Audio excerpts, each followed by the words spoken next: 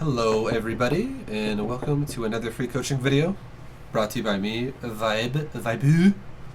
Today we have Diamond Zerg actually Zerg vs Protoss. I thought it was going to be a Zerg vs Zerg, but we have a Diamond Zerg vs Protoss. See how it goes. Playing Prion Terraces. Yeah, I'll be watching this game from the Zerg's perspective as well. I'm not going to watch from Protoss. So we do have, we got Sudoku over here, or Sudoku's over here, is the blue Protoss. And then we have, his name is Terran Daaz in Twitch. He will be our Zerg today that we'll be coaching. We'll see how he wants to open up. I actually kind of like that it's against the Protoss now. ZvZ, we've done a lot of ZvZs. I like that we're going to be seeing a Protoss game. This looks like it's going to be for a gas trick. Maybe not. Oh shit.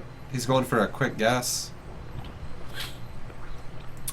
One thing, if he's already going to go for speed, one thing I'll say is I like it when you take the gas in the pool a little bit earlier than what he just did. Also, the pool is a little late. I feel like like if you're like this right here resembles aggression. Okay, he needs to do something aggressive for this to be considered worth it, in my opinion. Because right now, what he just did is he just lessened his own macro aspect of his own play. Like his drones were delayed a little bit. This is really going to delay his natural, all that shit.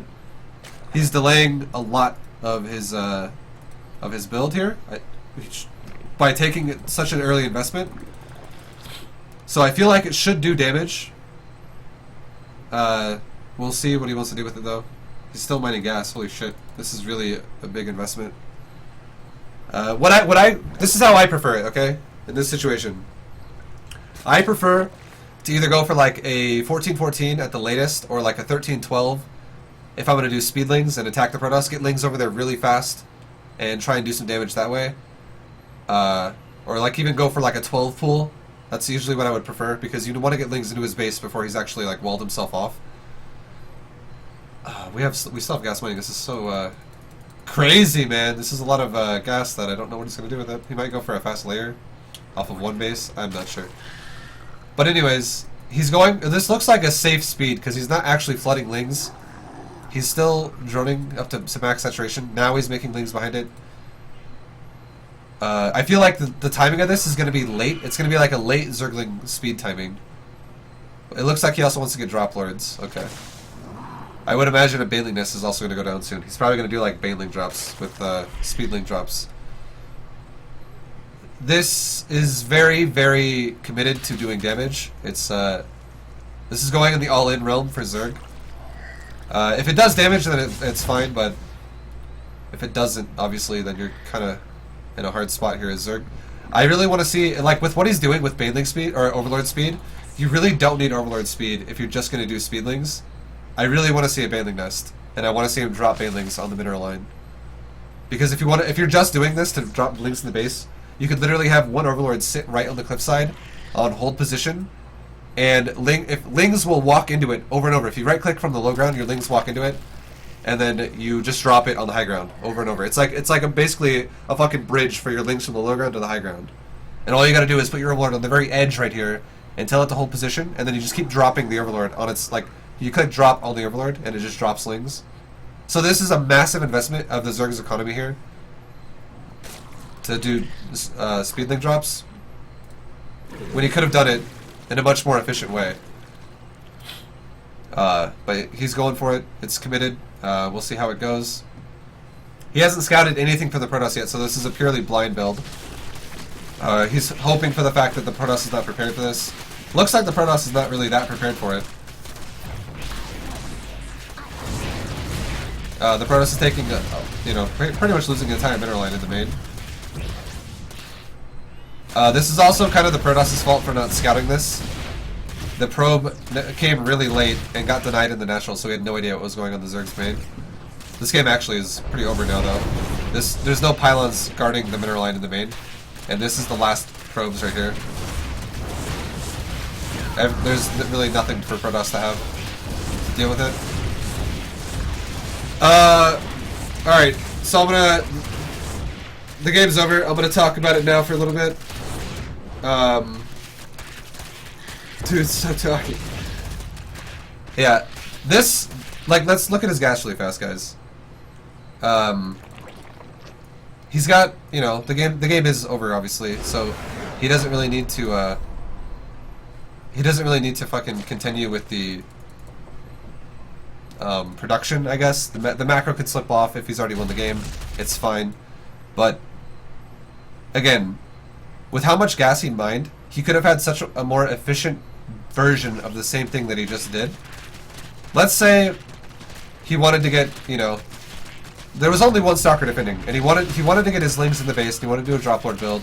But these overlords following the lings is totally, like, not needed. It's literally pointless. Let's say hypothetically instead he mined gas.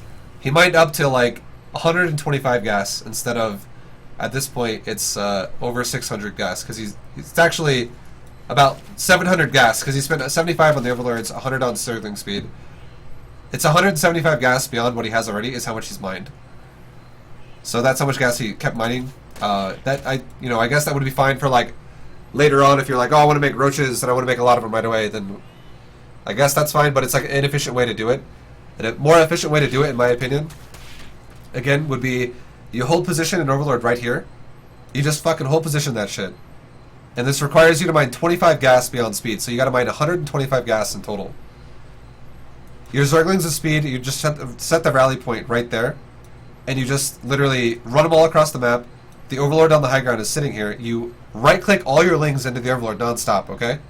And then as you're doing that, you just continuously make your Overlord hit drop on itself, so lings go from the low ground and they just keep dropping in the high ground. And it just keeps happening and keeps happening. The Overlord will not move if it's on hold position because Zerglings want to go into it, but they will go into it. If you don't hold position Overlord, though, that's when you have the problem where like the Overlord comes back and it's like, fuck, I gotta pick up the lings over there.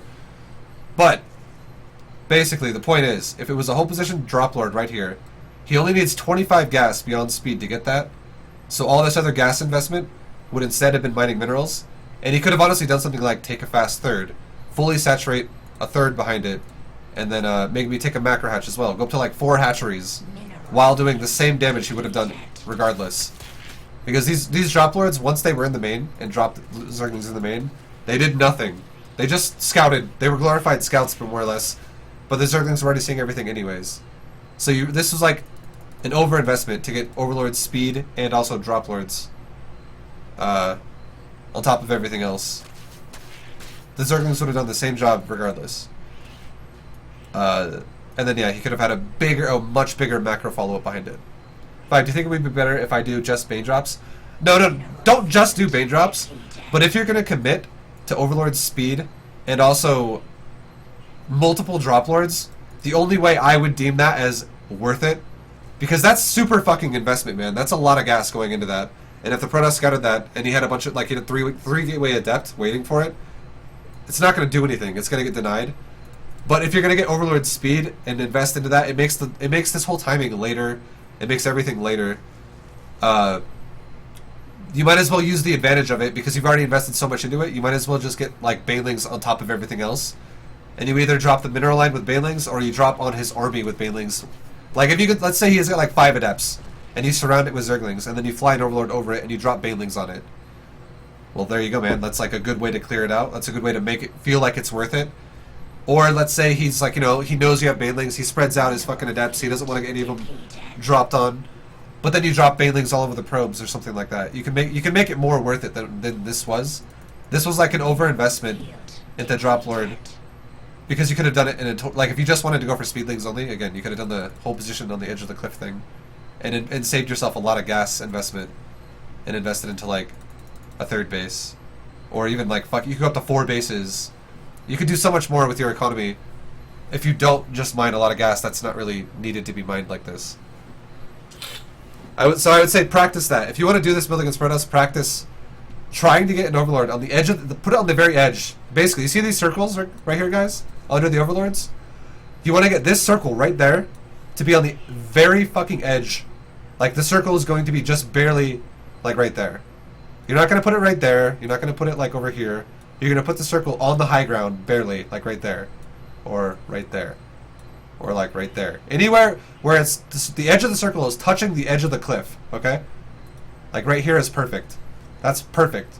Because every time you hit drop, your Overlord is going to drop onto the high ground. And Zerglings, the ass of the Overlord is going to be hanging off. Like, even though the circle's right here, the ass of the Overlord will be like right there, okay? That's where the ass of the Overlord will be. Like this part right here, this asshole, right there, will be hanging off the high ground, like right there, okay? And when it's like that, Zerglings can continuously run into it. So all you gotta do is put the circle, on this little circle right here, like right there, and tell it to hold position. And then you can continuously just right-click the Overlord with your Zerglings on the low ground, and then tell your Overlord to drop. So the way I would do it, look at my mouse, okay? You see my mouse right here, boys? I would hit drop right now. If there was Zerglings inside this Overlord, I would hit drop, and I click the Overlord itself. Drop, click the Overlord, drop, click the Overlord, drop, click the Overlord, drop, click the Overlord. And then every time I hit drop, click the Overlord, it'll make every current Zergling it has inside of it shit a Ling out. Show us. Alright, that's fine. I'll make this a longer VOD. I'll make it a longer VOD. So I'll show you guys. Really fast. Check it out, boys. It doesn't matter what map I play. I'm not going to play against anybody. I'm just going to show you what I mean. But overall, the aggressive build, it's you know, not bad. If you want me to, you know, give you some more pointers on how to improve it, I would say always try to get at least like 2 Lings across the map, Terrandadas, and look and make sure the Protoss is expanding. At least, like if the Protoss does not expand, then that build is gonna honestly fall apart. It's gonna be really bad. It won't do shit. So you always want to make sure the Protoss is expanding when that happens. Yeah. Here, I'll show you guys like right here. This will be the example spot. You always want to just send a couple Lings across the map, make sure he's expanding, because if he's not expanding, like I said, if he's going for like 3 gates, you're going to try and drop into his base and be like, shit, there's a lot of Adepts here. Or a lot of Zealots, or a lot of something, and you're probably going to fail pretty hard. And then the Protoss might do a counterattack and just kill you, because you invested into something that horribly failed. So always scout for the natural. Just like send a Ling over, see, oh, he's expanding. Okay, cool. Then I'm good to do this. This is good to go. Or use an Overlord to scout it or whatever. Or you could just yeah, always scout it, man. Just the whole point. It's always fucking scout that shit. It's important. Scout that shit now. Alright, so anyways, we're going into this. I'm going to show you guys correct Drop Lord. If you want to do it with a single Drop Lord, this is how you do it. It's not going to happen just yet. I'm still getting my, you know, I'm getting the situation to look like it would in a real game. But like right there is perfect. The edge of the cliff. See the circle? Right there. So that's how we're aiming the Overlord. We're not aiming the Overlord with the big fat body up here, being like, fuck, it's got to be in the middle. Because you might get it like that, and it might not be correct. You got to have it just barely over. Like that. Barely over. But the asshole of the Overlord is still hanging off the side. Alright, anyways. It's going to become a Drop Lord. Now check this out, guys. Check it out. This is how you do it. So I'm barely hanging off. I'm hanging over the edge. My Zerglings, let's say the rally point of my Lings is right here. Overlord's on hold position. Lings can load into the low ground, and they can unload it. Oops, yeah, I fucked it up. I clicked on the ground. And they can unload on the high ground. So I'll show you more. It's okay. Don't worry. We're gonna do multiple examples of this. Overlord's on hold position. These Lings are on the low ground. They run into it. You have your mouse already over the Overlord, and you hit to drop. Again, Lings load in, drop on the Overlord. That's all you gotta do. And you can make one Drop Lord do the same job of like 3 speed Drop Lords. Getting into the base like that.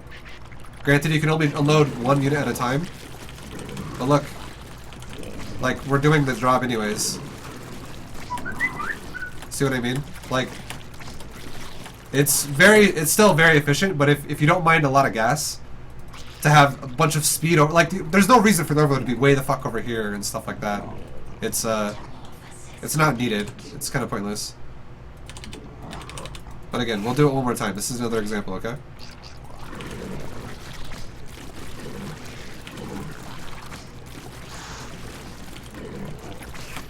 It's still just shitting out lings non-stop. And you can do this non-stop if you like. You set your Zergling rally point over here to the edge of where the drop lord's going to be, and you can just keep coming back here and being like, even if you when you right-click the overlord, look at what happens when it's not in hold position. It'll try to come pick him up, and then when you do that, it fucks up the drop. But if the overlord's on hold position, when a Zergling right-clicks it, it no longer moves. It's like stuck where it's at because it's on hold position. You're not telling the overlord to pick the lings up. You're telling the lings to get in the overlord, who's currently on hold position. So again, look at all these lings, boys. This is about how many lings he attacked the Protoss with. It was like 3 overlords full of lings. So we'll see how quickly this one overlord can get in the base. Like if there was 3, it would be dropping 3 at a time. We're only dropping 1 at a time with this. That's true. But there was only 1 stalker to defend anyways. There was not a lot of defense going on. And if you invest more into like, not into gas, but instead you could be like, oh, I'll take an expansion, possibly another expansion over here, and I'm going to make drones behind this now that this is going to be my attack. You can macro a lot harder behind it and have a much bigger follow-up into the mid-game with like a big Roach timing or Roach Hydra or whatever you wanted would be a lot bigger. But, again, you're just like, alright.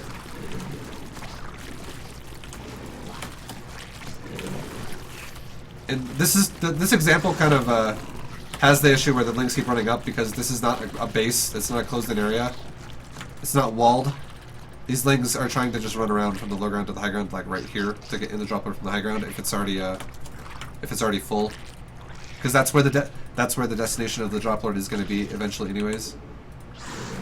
They're running to where it's going to drop at, where its circle is. But yeah, it doesn't take very long, man. It's very fast.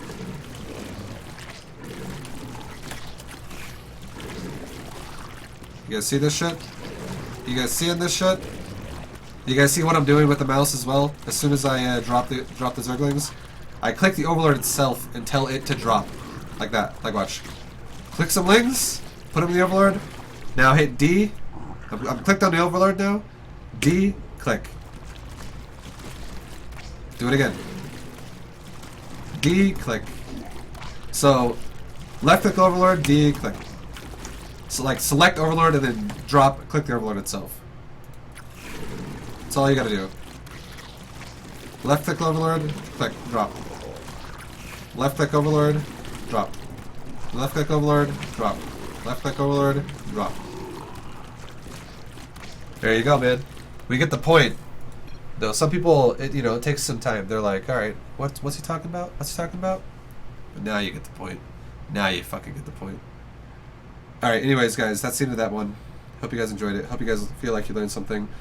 Don't invest too much into gas. A lot of lower league players, no matter what league they're in, diamond to bronze, even some masters players do this. They have builds where they mine so much fucking gas, and it's not really needed with that much gas at that point. It's just like an over-investment. And yeah, that's what I was telling you guys about. You really only need 1 drop lord to do the same job of like 3 speed lords, speed drop lords. Alright, so that's the end of the VOD, guys. Hope you liked it. Hopefully you liked it. I'll see you guys in the next one. Peace. Goodbye. Bye-bye.